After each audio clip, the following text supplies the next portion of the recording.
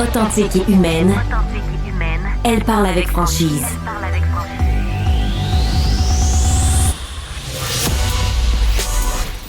Elle traite l'information avec rigueur et efficacité.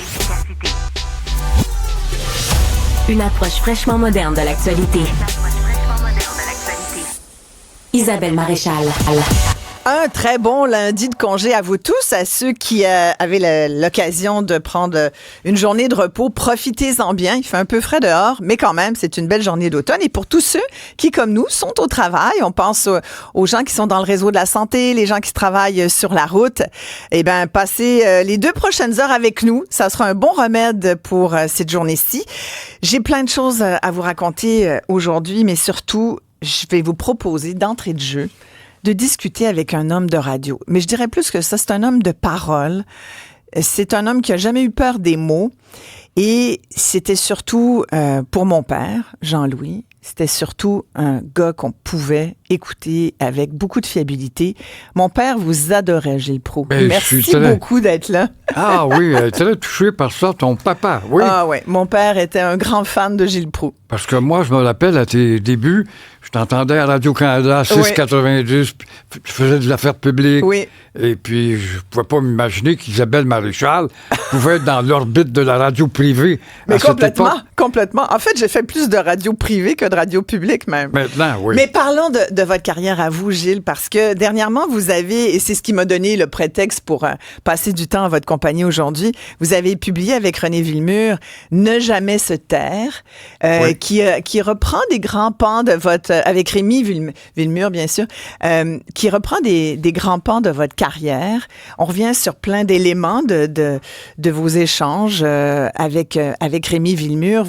Vous reprenez des grands thèmes qu'on vous connaît, la langue française, entre autres, l'indépendance du Québec. Le radotage. Mais au-delà de ça, j'avais envie qu'on reparte depuis le début, c'est-à-dire au moment où vous avez commencé votre carrière, parce que ça fait plus de 60 ans, Gilles. Oui, c'est ainsi, le 14 au 12 octobre 1962, sur la pointe des pieds, j'avais suivi des cours d'élocution puis de lecture de José Ledoux, qui était un reporter à CKVL à l'époque. Henri Quilon, un mastodonte de la culture québécoise. Henri Bergeron? Non, Henri... Oh là là, tu vois que je suis plus en forme, là. Tu vois que je vieillis. C'est pas grave. Ça va venir. Alors, toujours est-il que tu peux te hasarder, va t'essayer en province. Et j'étais parti avec ma petite bagnole. Je travaillais à la Norton Electric. Je faisais 82 $ par semaine, qui était un gros salaire en 62. Ben oui. Pour arrêter dans les postes de radio, puis j'aimerais passer une audition. Et rendu à Montmagny, là, j'ai finalement accroché. Et c'était M. Poitras, qui était le frère d'Henri Poitras, qui est le grand comédien qui avait joué le personnage de Séraphin, de Poudrier. Oui. Et puis, on est plein... Mais on se fiait beaucoup sur le fait que c'est le frère de Jacques Proulx. Mon frère allait bien, il a fini numéro 1. Il était déjà rendu, il avait fait Matane, Québec, puis là, il était rendu à CKC. Alors, avec le frère de Gilles Proulx, il va peut-être être semblable. Mais quand même, le petit gars de Verdun était rendu dans le bas du fleuve, là. À Montmagny. À Montmagny. Oui. Et puis, je n'avais rien de Jacques, parce que Jacques était un animateur à la voix douce, très commercial, qui n'avait pas le même tempérament que moi. Puis, évidemment, il y avait des distinctions et des portraits qui sont totalement différents. C'est bien beau de dire c'est le frère de l'autre. C'est comme le joueur de hockey qui est le frère de Henri, qui est le frère de Maurice. Et finalement, je n'ai jamais oublié le premier bulletin de nouvelles que j'ai bafouillé. 4 minutes sur 5, je suis nerveux, puis j'ai 22 ans. Mais le premier bulletin portait justement sur une possible guerre, troisième guerre, à cause de Fidel Castro. Et là, on parlait de Cuba, puis Castro, puis la Havane, puis Che Guevara là-dedans de temps à autre. Des noms avec lesquels je vais me familiariser pendant quand même une quinzaine d'années, puisque la guerre du Vietnam, à tous les jours, on lisait un bulletin en rapport avec le Vietnam. Ça va s'arrêter en 75 ou un peu plus tard même. Alors, je n'ai jamais oublié ce moment-là qui paraissait difficile, mais j'étais un idéaliste tellement beau. Je parle dans un micro, je suis quelqu'un, puis bon, j'influence peut-être 3 ou 4 personnes, pas plus, mais je faisais ma carrière avec tout l'idéal qu'on grossit, puis je vais devenir un Pierre Nadeau. J'écoutais Pierre Nadeau, qui était mon idole à l'époque. Ah, c'était Pierre Nadeau qui était votre idole? Oui, j'aimais sa prestance, belle gueule, grosse voix. Et puis, je vais devenir un ami avec lui par la suite. J'en revenais pas, je l'influençais moi-même. Surtout à l'époque du Journal du Midi, j'en revenais pas quand Pierre Nadeau disait « Gilles, je t'écoute à tous les jours. » Et tes moqueries sur les éco-vedettes, etc., le monde artistique. J'adore. Puis bon, hey, te faire dire ça par Maurice Richard ou par Guy Lafleur, c'était flatteur. Mais ça, c'est le temps qui te façonne, qui te fabrique, qui te muscle. Et pourquoi, à 22 ans, vous vouliez tant faire ce métier? Qu'est-ce qui vous motivait à l'époque? Est-ce que c'était vraiment l'influence de Jacques, votre frère aîné, quand même 5 ans de différence? Tous les deux, vous aviez? Ça a joué parce que il y a le mouvement indépendantiste qui va naître. Je travaille à la Norton Electric. Tout est en bloc, c'est le cas de le dire. Don't talk French in this office. J'ai connu ça. Ouais. Là, je voulais travailler en français. Où est-ce que je peux aller à Radio-Canada, Hydro-Québec? Finalement, pourquoi je ne prendrais pas la piste de mon frère? S'il a réussi, je devrais. Mais c'était téméraire. Mais quand même... Est-ce qu'il vous a aidé? José Ledoux, surtout, qui était... Et Henri Norbert, je cherchais tout à l'heure. Henri Norbert. Oui, ça te dit quelque chose, non? Non. Ça a été un gros nom à l'époque. Et puis, après une formation à lire, à apprendre à respirer, à résumer, etc., tu peux t'essayer. Alors, c'est ça. J'ai fait la tournée au Québec. Je suis allé jusqu'à...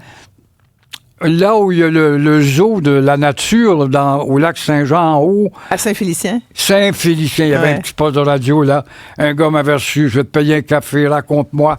Et puis, j'avais un vocabulaire de 30 mots. Je ne pouvais pas tellement influencer beaucoup. Puis parce que vous êtes un petit gars de Verdun. Oui. Puis j'étais très limité parce que je voyais que la pléthore de jeunes qui s'intéressaient à la radio à cette époque-là, c'est des gars ou des filles qui avaient fait en partie leur classique. Ouais. Et ça paraissait intellectuellement quand tu avais affaire à un gars ou une fille qui a fait son classique. Et l'autre du secondaire, moi, je me suis fait sacrer dehors en 10e année au secondaire. C'est vrai? Fait que vous n'avez pas de secondaire 5? Même pas. Non? Non, je suis un parfait illettré, un ignorant qui vous parle, mais qui a continué à foncer. Donc, avoir confiance, c'est comme le boxeur qui a confiance, 50% de son combat est gagné. Ouais. Mais donc, vous êtes un autodidacte, alors? Oui. Complètement. Mais je me suis formé par la suite parce que j'ai attrapé la piqûre du recyclage. Alors là, j'ai vu que le collège Marie-Victorin acceptait en tutorat des jeunes qui voulaient faire le cégep. Ça a été comme ça. Et par la suite, pourquoi pas aller à l'Université du Québec en communication? Et je suis devenu professeur. Mais j'ai vu ça qu'on avait le même bac. Le bac en communication à l'UQAM. Mais je l'ai pas, moi, je l'ai pas fait à... Vous l'avez pas fait? Oui, je l'ai fait à l'UQAM, mais c'est bizarre. C'est l'Université de Montréal qui m'a embauché. Mais j'ai vu ça, oui. Parce que j'avais publié un livre sur la radio, les horreurs de la radio, et puis... en fait, vous avez beaucoup écrit, Gilles, sur la radio, sur la télé. Oui. Vous avez beaucoup écrit sur l'histoire. Oui. Sur les premiers ministres aussi, canadiens, québécois. Oui, je vois que tu as eu et sur les bons voyages. espions. Sur les voyages. Non, voyages. mais je suis votre carrière. Ben là, je le vois, je suis obligé de m'incliner. Depuis un moment, parce que vous êtes une inspiration pour beaucoup de jeunes aussi. Vous parliez de vos inspirations, mais on peut pas commencer à faire de la radio dans ce métier-là sans écouter Gilles Proulx, sans côtoyer Gilles Proulx. On s'est croisés dans des corridors à l'époque à CKC. Vous êtes une institution radiophonique. Mais c'est incroyable, cette matinée de flatterie. Non, mais sérieusement, puis je pense qu'il faut rendre à César ce qui lui revient. Parce que Michel Drucker il a dit quelque chose qui m'a beaucoup marqué. Il a dit il y a quelques années, le plus difficile dans ce métier public, c'est de durer. Exactement. Comment on fait pour durer? Quand les statistiques disent à peu près chaque animateur ou animatrice dure 7 ans. Selon les compilations de je ne sais qui. Et évidemment, au bout de 7 ans, tu perces pas. Tu rêvais de devenir une Lise Payette ou devenir une Judy Jasmin ou devenir un Pierre Pasco, etc. Et là, le jeune trouvait d'autres portes de sortie parce que les patrons s'intéressaient plus à toi. T'es usé, ta marchandise est dépassée.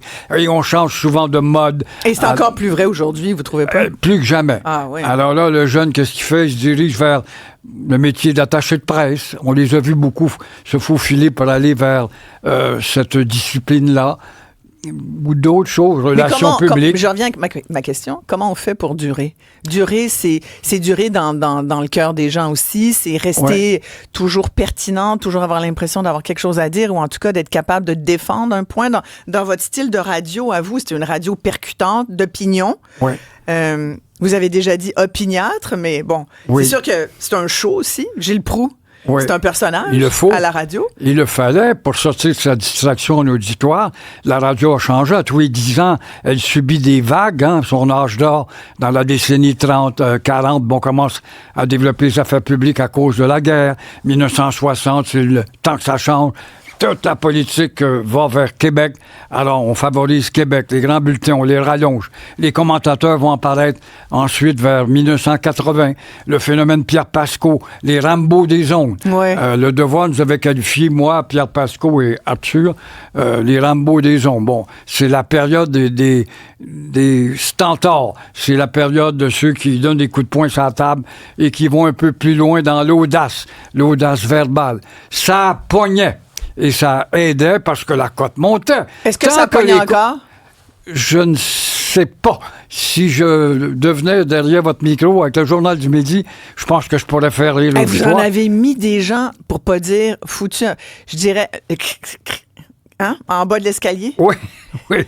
On a cherché d'ailleurs, on s'est dit, ça doit être Gilles qui a ça. On cherchait, parce que moi, ça me faisait mourir de rire à chaque fois. T'as de la belle moquerie. Oh mon Dieu, comment on dit ça? Vous ch'tiez des gens? Oui. On peut quasiment juste le dire en sacrant. Là. C'est un connard, envoyez-le dans en bas de l'escalier. Vous crissiez des gens en bas de l'escalier. Béding, béding, poum, poum, poum, paf! C'était toujours 3 étages. Puis quand j'en passais un plus lourd qu'un autre, là, je disais au technicien, je faisais un clin d'œil. Par la fenêtre! Il va descendre 4 étages, celui-là. Mais on cherchait le gars en auto qui écoutait ça. Cet extrait-là de l'escalier? Oui, c'était un bijou. On avait trouvé ça dans des disques d'effets sonores. Ah oui? Tout simplement. Mais faudrait qu'on trouve ça. Jean-François, faut que tu me trouves ça. Un escalier, là, quelqu'un qui déboule un escalier. Ouais. C'est parce que ça, c'était... On comprenait. Quand il y en a un qui déboulait l'escalier, on venait de comprendre qu'il n'était pas dans le cœur de Gilles Proulx. Il y avait toujours des conneries, oui. Est-ce qu'il y a des... Bon, j'avais comme pas envie trop de revenir sur certains dérapages parce qu'il y en a eu des quand même importants. On a tous des chemins caillotteux. Ouais. Oui, rugueux, c'est le cas de dire. On a tous des périodes, oui. Moi, je dirais que le danger aussi, c'est de dire beaucoup de choses tous les jours, au quotidien, vite, en direct. Est-ce que vous êtes d'accord avec ça?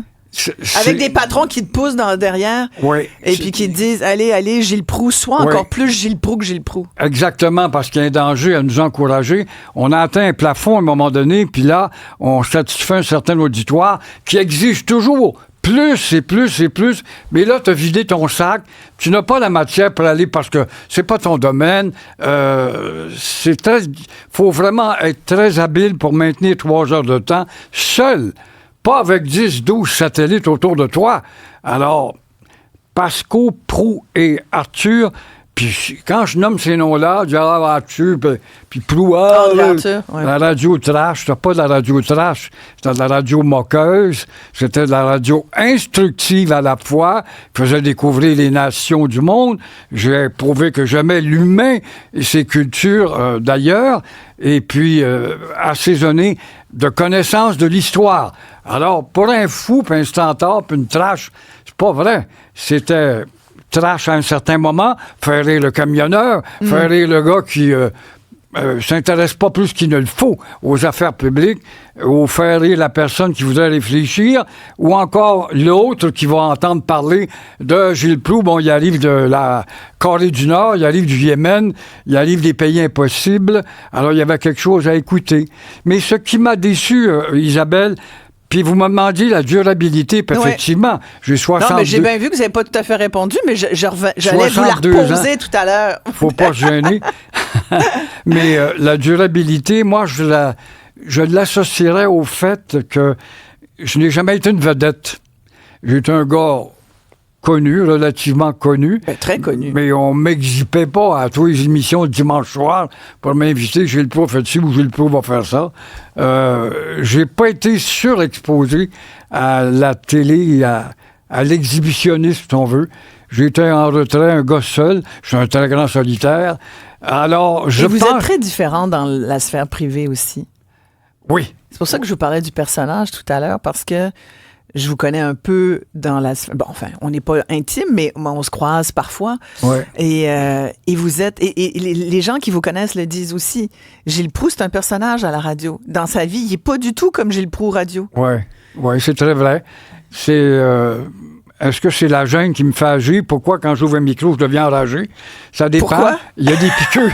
Il y a des morsures de chiens qui parfois me rendent enragé. Tu vas m'entendre tout à l'heure. Puis là, ça va barder. Ouais. Surtout la langue, l'identité. Un cochon qui est l'autre bord a décidé de nous traiter de pas bon ou de zéro, etc. De tous les défauts et les 7 plaies de la maladie de la terre. Alors, là, je devenais très revanchard. Ouais. J'ai eu une période de revancharde aussi. Alors, quand on m'étudiait, puis on parlait de moi, on me faisait voir tout le temps comme le tigre, comme le bagarreur, le revanchard. Ça vous atteignait à l'époque qu'on dise ça? Oui, quand on s'attardait que là-dessus, j'étais pas capable de dire, oui, mais il est bien plus universel qu'on pense. Mais je n'ai jamais eu droit à ces crédits-là. Comme toute ma carrière, 62 ans. C'est fou. Comme vous le dites là, actuellement, c'est quand même quelque chose d'acrobatique quand on y pense. Mais je n'ai jamais été appelé pour la télé, par exemple. J'aurais aimé ça faire une série sur la connaissance des pays avec ma description ou encore faire une connaissance sur l'insensibilité des Québécois face à leur histoire. Vous avez une rue passée dessus à tous les jours. On parlait des 5 nations. On parle de Cadière. C'est qui, ça, Cadière? C'est un personnage d'une importance capitale.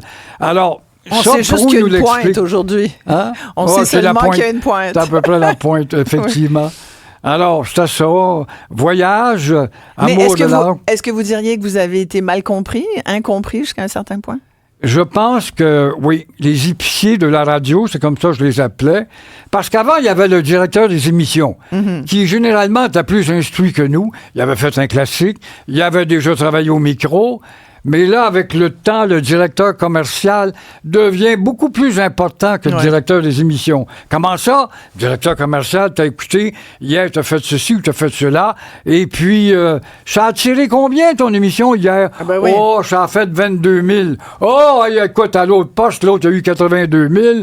Alors, le directeur commercial suggère, va donc envoyer ton vendeur chez Renault Dépôt pour voir si on peut pas avoir une commande pour vendre des clous en ondes de Renault Dépôt. Ça, c'est grâce à l'animateur qui, hier, a reçu un tel en construction qui nous a raconté comment peinturer une maison. Ah oui, vous dites la radio, comme n'importe quel média, c'est une business. C'est devenu ça. Exactement. Ouais, on est dans un monde marchand. Oui, marchand du temple. On a beaucoup de témoignages de nos auditeurs. Des gens. Il y a Alain qui dit « Ah ouais, quelqu'un en bas des marches! » Comme dans le bon vieux temps, Gilles. « Ah ouais, en bas des marches. » Il y a Martine qui dit « Avec tout ce qui se passe dans le monde de l'éducation ces dernières années, quelle est votre opinion, Gilles, sur les professeurs en ce moment, sur les enseignants au Québec? » Dans le temps de TQS, que tu as bien connu toi aussi, j'avais reçu le sous-ministre de l'Éducation. Et il m'avait dit... Oui, parce que Martine dit, à l'époque, il n'y avait pas beaucoup d'estime pour les enseignants. J'aimerais ça l'entendre aujourd'hui là-dessus en 2024. C'est pire. C'est malheureusement pire. Vous avez encore moins d'estime pour les enseignants? Mais vous savez qu'ils travaillent fort, par exemple. Oui, j'ai moins d'estime pour le réseau, système. Pour le système, voilà. Le système qui n'a pas poussé vers l'élévation.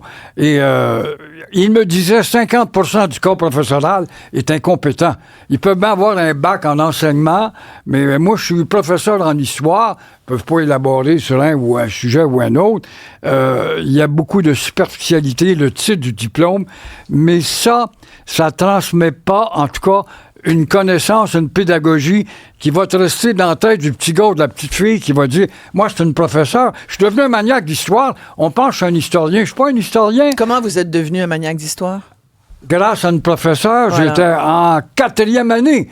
Je me rappelle Mademoiselle Crépeau. J'ai rendu hommage dans vous un avez une livre. mémoire incroyable. Je l'ai vue à l'île des Sœurs, vous connaissez bien. Rendu à un grand âge, je suis Mademoiselle Crépeau. Puis j'y racontais l'extase et puis la gestuelle avec votre baguette, puis vous nous montriez la carte géographique, puis le chant des plaines d'Abraham, c'était là, puis pourquoi ça s'appelait Abraham, et puis là, les Français... passionné, ben oui. Mais vous pensez pas, vous dites, c'est le réseau de l'éducation que vous pourfendez, est-ce que vous pensez pas que le réseau finit par éteindre ceux qui sont passionnés puis qui veulent enseigner aux jeunes. Moi, je pense qu'il y a beaucoup de ça. Moi, j'ai été enseignante suppléante pendant plusieurs années dans le réseau quand j'ai commencé dans la vingtaine. Je voyais un syndicalisme qui polluait les esprits. Je voyais des directions d'école qui voulaient juste pas de troubles et des vocations éteintes. Gilles. Oui, exactement. Puis pas de leadership. Puis exact. T'as pas suivi de cours. Même si tu veux, il y a tout le temps quelqu'un qui te rappelle que tu peux pas. Parce que le jeune morveux qui a 14 ans en connaît plus que le professeur, avec la charte, puis toi, tu me diras pas ça comme ça. Puis quand on parle, j'ai vu à l'UQAM, moi j'ai étudié à l'UQAM, les élèves décidaient de la note qu'on aurait. Puis le professeur est en avant, puis avec sa cigarette. Puis c'était la période du love and peace. Pour avoir vécu ça, mais moi... À l'époque, dans les années 90 à l'UQAM, fin 80, mais plus tôt, là, on pouvait passer effectivement 3 semaines sur un syllabus de cours, mais c'était un exercice démocratique. Moi, je l'ai pris comme un exercice démocratique, qui était très éducatif. Une démocratie étirée en mots, t'as dit. Oui, mais il en faut. Moi, j'enseignais à l'Université de Montréal, puis à un moment donné, il y a une jeune fille qui a contesté la note que je lui avais donnée. Elle alerte toute la classe, puis Céline Martin m'appelle, Gilles, vous êtes contesté. Je dis, bon. Je vais au bureau, et elle voit la note que je lui avais donnée, ça lui plaisait pas. Alors, je dis, donne-moi toutes les autres, et je les ai tous baissés de 5 points. Ah ben là, qu'est-ce que c'est ça? C'est un fou. Mais l'automne, on disait, fais attention, tu vas chez Proulx, tu as besoin d'être bonne ou efficace. Mais ça n'existe plus, ça. Ouais. Donc, le leadership, l'initiative disciplinaire, c'est des mots qui n'existent plus. D'autres commentaires pour vous, Gilles. Il y a Lana qui dit, Gilles, comment faire pour faire ce métier si longtemps, tu vois? Aussi la question de durée. Et comment le faire aussi longtemps sans se laisser décourager? C'est une très, très bonne question de Lana. Comment pratiquer ce métier qui est très prenant, là? C'est une vocation, je pense. Exigeant. Quand on y passe 62 ans... Essoufflant. C'est essoufflant, c'est épuisant parce que on aime les gens, on s'intéresse à eux. Ouais. Et hier, il y avait Gino Chouinard qui était à Tout le monde en parle puis qui disait qu'il avait quitté Salut Bonjour parce qu'il était tanné de voir des mauvaises nouvelles. Ouais. Entre autres, là. Oui, je l'ai entendu, justement. Est-ce que vous, ça vous atteignait pas, Gilles, ou 62 ans plus tard, vous êtes encore tout à fait passionné par ce qui se passe? Oui. Comment ça se fait que je régénère, encore une fois, ma batterie peut repartir? Oui. Et pourtant, ce sujet-là, je l'ai fait il y a 10 ans, puis il y a 11 ans. Puis cette capacité à s'insurger, là. Oui. C'est l'étincelle choquante qui portait, dans mon cas, c'était surtout l'identité, ma culture, ma personnalité, mon nom. Pas Gilles Proulx, mais nous, les nous québécois. Et non, mais à votre âge, vous pourriez être les 2 pieds sur le pouf. Là. Avez-vous besoin de travailler encore ou vous pourriez être chez vous tranquille? J'ai jamais eu de plan de pension d'un gouvernement ou d'un organisme. Ouais. J'ai travaillé comme pigiste surtout toute ma vie. Alors, je me suis ramassé des REER, ça se limite à ça, fait qu'il faut que je sois prudent. Et qu'est-ce qui fait que je repogne la piqûre? C'est le renouvellement de la vieille méthode ou le vieux problème qui n'est pas encore réglé. J'avais dit à Martineau une fois, il dit, je t'admire beaucoup. Et quand j'ai quitté en 2008, à 98, j'en revenais pas. Simon Délivage, moi, je le connaissais, je l'aimais bien, je connaissais pas plus que ça. Gilles, je veux que tu viennes dans mon émission. Ah ben, je suis flatté. Il dit, je veux te dire, à micro fermé. Il dit, on t'écoutait le midi, puis maudit qu'on on t'enviait la liberté que t'avais. Tellement!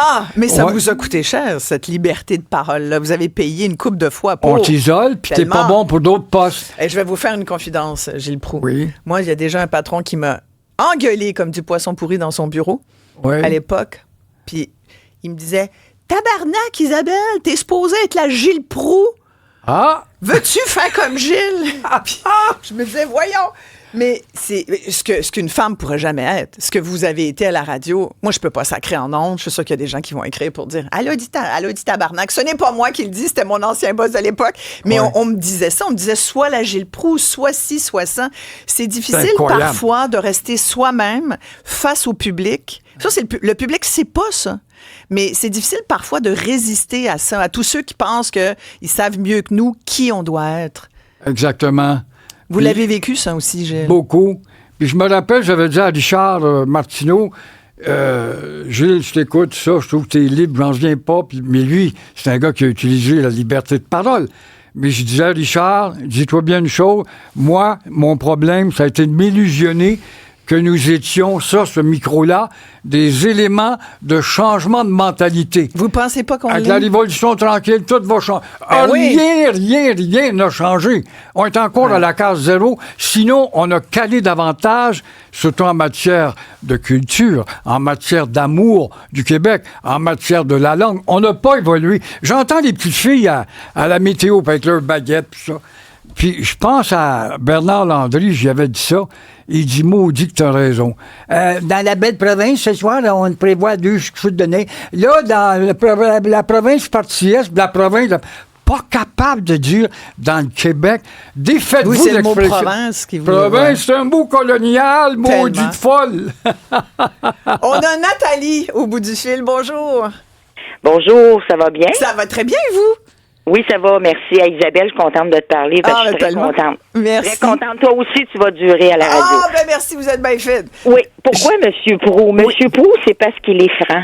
Oui. C'est un grand penseur et puis c'est une gymnastique aussi. Hein. Il ne faut pas qu'on arrête, même si on dit la retraite. Faut continuer de faire ce qu'on aime. Oui, mais il faut qu'il y ait une équipe qui vous embauche. Vous avez beau être un bon joueur de hockey, vous avez pris de l'âge, et puis l'équipe ne vous veut pas parce que vous patinez pas assez, et puis vous attirez pas les gens dans les estrades. Ouais. C'est la même chose. Parce que vous êtes franc, monsieur, c'est parce que vous êtes franc, puis quand on est franc dans la vie, souvent, les gens sont jaloux. Oui, ça, c'est très juste. C'est d'une tristesse. Ouais. Mais je veux vous dire, moi, j'ai 60 ans, vous faites partie des grands, comme bien d'autres à la radio. Au 95.1, il y en a beaucoup aussi, puis il y en a malheureusement des disparus. Moi, on dirait que je suis née avec la radio parce qu'on écoutait le baseball chez nous à la radio. Puis un jour, je suis allée travailler pour les expos, j'ai adoré ça. Mais je vais vous dire, là, vraiment, là, vous êtes un grand personnage, puis il y en a d'autres. Il y a Mongrain, il y a plein de monde. Puis quand on dérange, c'est ça. Merci. Isabelle, continuez, là, Isabelle. Merci. Vous aussi. Merci Nathalie, beaucoup. C'est très gentil. Bonne journée, bonne continuité. Mais vous voyez, Gilles, ce que Nathalie vient de dire, c'est que moi, je pense sincèrement, parce que sinon, pourquoi faire ça? Là? Je veux dire, ça rend de mauvaise humeur. Des fois, ce job-là, on devient méchant. Des fois, tout seul dans notre auto, on peste. Puis on se dit, ben voyons, c'est frustrant parce qu'on a envie d'une certaine façon, est-ce qu'on porte pas un peu le poids du monde? Dans notre tête, on se dit, faut que j'aide les gens. Il y a une partie de vous, Gilles, puis je suis sûre une grande partie de vous qui devait se dire, j'essaye de faire œuvre utile en faisant ça. Oui, effectivement. Puis on s'imagine, des fois, on a des crises de conscience à se dire, je suis pas si bon que ça, puis je suis pas bon, puis j'aimerais devenir meilleur. Mais finalement, mon style qui a été unique et si peu imité, ou pas imité du tout, ou presque, a fait que j'ai duré. La durabilité serait reliée justement à l'effet que je répondais à un vide. Maintenant, après 62 ans, est-ce qu'une nouvelle mode apparaîtrait, puis est-ce que je serais capable... J'ai déjà dit au patron une fois, en 98, veux-tu remplacer Paul Arcand? Je dis, à n'importe quel temps, les yeux fermés, ça l'avait insulté. Mais les yeux fermés, je le remplaçais. Ouais. Je suis capable de remplacer le gars au sport. Mais on parle même... N'importe qui, mais donnez-moi les salaires de ceux que je remplace. Ça, c'est une autre affaire. Ça, c'est une autre affaire. Là, si vous parlez d'argent, c'est une autre affaire. Est-ce que vous vous souvenez de tout ça?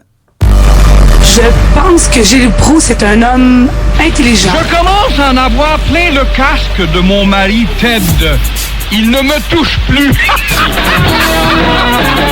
Section sociale. Quelle bonne nouvelle, mesdames, messieurs. Montréal est en train de devenir un Beverly Hills. Mais qui parle à travers son chapeau. J'étais un enfant qui a manqué de confiance en moi. Beaucoup. On répond à la violence par la violence et vous avez la mentalité d'un homme de Cro-Magnon. Madame, on s'entend? Oui. Et si vos codes d'écoute sont toutes si bonnes, c'est pas parce que vous faites du bon sens, c'est parce que vous choquez. Oui, merci, bonne journée. Voilà. Qui parle trop vite. Je suis bien malheureux d'être entouré d'imbéciles et d'inférieurs comme tous vous autres. Si je travaille dans un milieu médiocre avec des peuls. Qu'est-ce que tu veux? Tu veux une entrevue encore, moi? C'est beau, hein, ça, vous êtes 30 ans, tabarnak. La ville haute que le climat. Ça me parler du temps gris, elle, là. J'adore. Ils peuvent tout faire sauter le pays, câlisse. Oui, bonjour, madame, ici la maison des sondages scientifiques qui vous appelle. Nous aurions une question importante à vous poser ce matin. Monsieur Proulx, j'ai une réponse pour vous, là. Oui, madame. Allez, enculer votre ça, puis laissez-moi le monde tranquille. Madame, Mais t'es en train de dire que si tu veux régler le problème des attentes, c'est de mettre les bonnes femmes dehors et avoir rien que des hommes médecins? Pas nécessairement, on peut avoir des deux. Oui, je vais me laisser dire vos sottises. Je sais que je choque des oreilles, là, actuellement, mais je suis tanné. Non, mais il y a aussi le côté tendre, le côté... Gilles aime beaucoup la nature, les animaux. C'est la nature, c'est la création. Mais il y a aussi, oui, ce côté un peu plus doux, disons, là. Par chance, là, parce que sinon... c'est très bon, Gilles. Je suis sûre que les gens, en ce moment, rient beaucoup parce que... J'ai repris l'image, j'entends ça, là. À un moment donné, je gueule contre une Française. Il y avait eu un attentat à Paris, près du grand magasin au printemps. Oui. Fait que on va téléphoner au printemps, on va essayer d'avoir des réactions. Alors, je téléphone là. Oui, bonjour, Gilles Proulx, je suis d'une station de Montréal, etc. Oui, pourquoi? Ben, je veux savoir quel est le climat ce matin au lendemain. Oui. Le climat, ben, il fait très beau. Oui. Alors là, j'ai sorti un éditorial à plus finir sur la connerie de la bonne femme qui ne comprenait pas que hier, elle se fait ébranler les fesses par les bombes qui avaient été déposées. Qu'est-ce qui vous fâche encore aujourd'hui?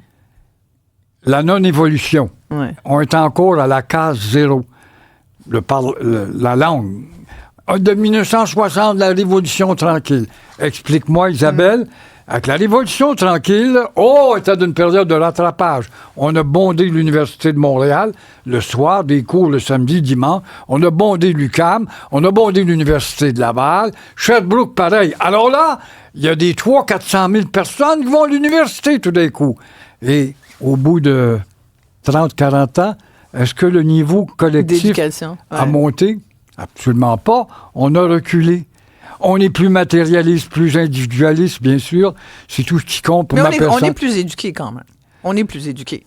Mais oui, quand même. On est plus éduqués, mais est-ce qu'on fait toujours les bons choix? Est-ce qu'on choisit d'abord les bons gouvernements? Est-ce que les politiciens qu'on a aussi sont ceux qu'on devrait avoir? Mais bon, plein de questions. Il y a Jacques qui dit...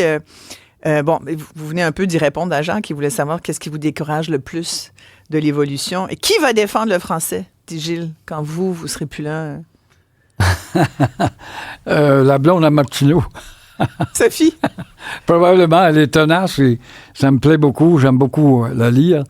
Mais je veux revenir, vous avez parlé tout à l'heure d'un jeune historien qui m'a fait parler, ne jamais se taire. Comment c'est arrivé, cette histoire-là? Rémi Villemur, oui. Ça m'a flatté. Oui.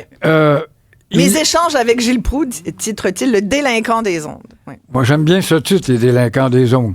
Et je suis un délinquant, j'ai un fond de Verdun un peu, de rebelle. Mais ce gars-là rentre le midi, il y a 14-15 ans, il va dîner, sa mère écoute le journal du midi. Ouais. Sa mère s'attarde... que lorsque j'ai des volets historiques, elle lui dit, garde, devrais t'intéresser à ce gars-là. Je suis pas un historien, mais c'est un gars qui a voulu répandre l'amour de notre histoire. Ouais. Ça le marque. Et là, il grandit, puis il devient justement un historien officiel. Il s'en va au doctorat bientôt.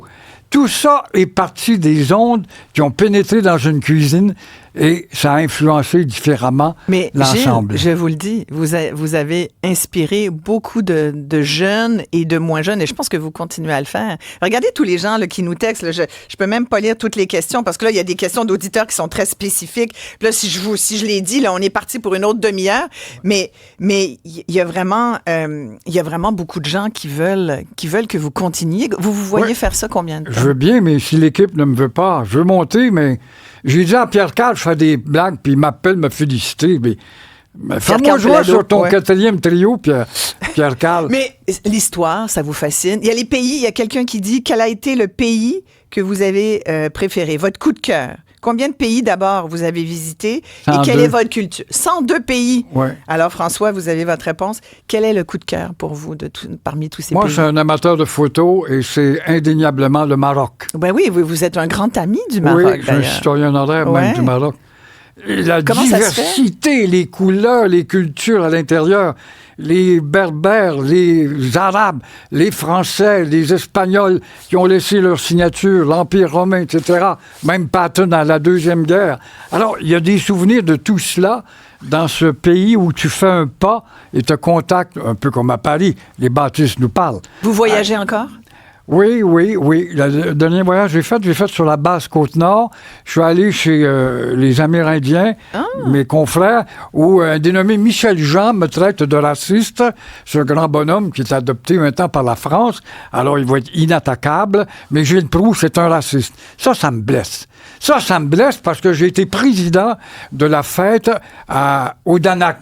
On est chez les Abénakis, chez les Atimecs de Saint-Michel-des-Saints. Je suis allé faire 2 conférences à Joliette et Saint-Michel. J'ai 2-3 amis Mohawks. Ceux-là, je les ai malmenés parce qu'ils étaient avec une cellule à l'avant-garde d'une pègre quelconque.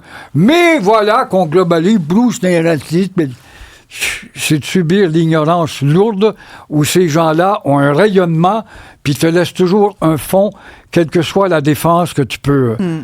Quel pays vous aimeriez voir que vous n'avez jamais vu? J'ai tout vu ce que je voulais voir. Le pôle Nord, le pôle Sud, rien que ça à la Lune, je peux aller. La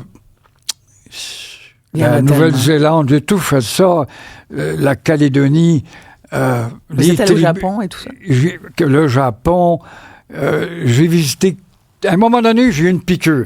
Avant qu'il ne disparaisse avec le progrès, puis la culture matérielle ou matérialiste, les tribus vont disparaître. Je suis allé chez les Papous, je suis allé chez les Chocos, je suis allé partout. J'ai fait 13 tribus. Dans 30 ans, comme nous autres d'ailleurs, c'est une tribu, on ne sera peut-être plus là. Ben non, c'est sûr. Gilles, on pourrait continuer longtemps. C'est un bonheur de vous parler, vraiment. Ben, c'est réciproque et je trouve ça très généreux de ta part d'avoir pensé à m'inviter comme ça. Et puis, encore une fois, je me souhaite de la santé pour pouvoir continuer et trouver un diffuseur. Sais-tu ce que j'aimerais faire? Je vais le dire bien vite. Allez-y. Moi, j'aimerais faire une émission par semaine, 1 heure. La revue de la semaine avec le monde en dérision de Gilles Proulx. Un peu ce que Jean-Luc Mongrain faisait quand il était à Sherbrooke. Pas ici, à Sherbrooke. Il revirait à l'envers l'information, puis on trouvait ça terrible. C'était de la belle moquerie qui te sensibilisait en même temps. Ouais. C'est ça que j'aimerais faire. Ben, je vous le souhaite. En terminant, un auditeur qui dit « Je travaillais à Toronto dans les années 90. Je me faisais un devoir de revenir à temps à Montréal pour capter la fin de votre émission que je commençais à capter seulement avant Cornwall avec ben du grichage. Personne n'avait le droit de parler dans l'auto. Il y avait juste Gilles. C'est extraordinaire. Regardez ça. C'est pas magnifique. Vous m'avez mis en contact avec des gens qui, en toute sincérité, étaient des acquis. Hein? Ouais. Merci beaucoup, Merci, Gilles Proulx. Isabelle. Merci, Gilles Proulx. À toi.